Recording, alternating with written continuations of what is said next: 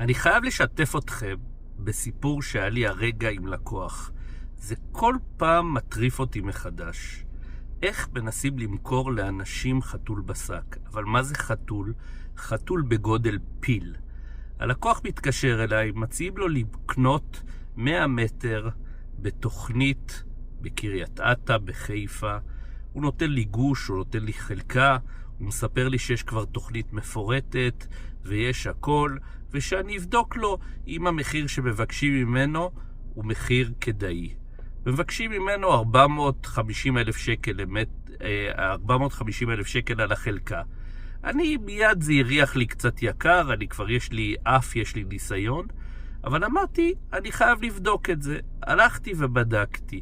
מתברר קודם כל שבאמת יש איחוד וחלוקה, יש תוכנית מפורטת, זה תוכנית שמקודמת. אבל בחישוב פשוט, בשבילי זה חישוב פשוט, נכנסתי למידע התכנוני, הוצאתי תוכנית מפורטת, איחוד וחלוקה, ובדקתי כמה בפועל צריך בשביל לקבל באמת יחידת קרקע. כמה מטר בקרקע צריך בשביל לקבל יחידת קרקע.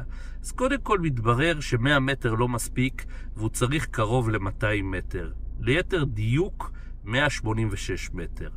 אבל הכי חשוב, אני נכנס ואני רואה שיש לקנות תוכניות מקודמות, יחידות קרקע כבר מאושרות לדירה, לא קרקע, לא מטרים בקרקע, אלא ממש יחידת קרקע לבנייה של דירה, זאת אומרת לזכות של דירה, ב-320,000 שקל. כלומר, לא רק שהמחיר שמבקשים ממנו על יחידת קרקע לדירה היא גבוהה ב100,000 שקל מהמחיר שיש, אפשר למצוא את זה בשוק, גם המטרים שנותנים לו בקרקע מספיק לחצי דירה.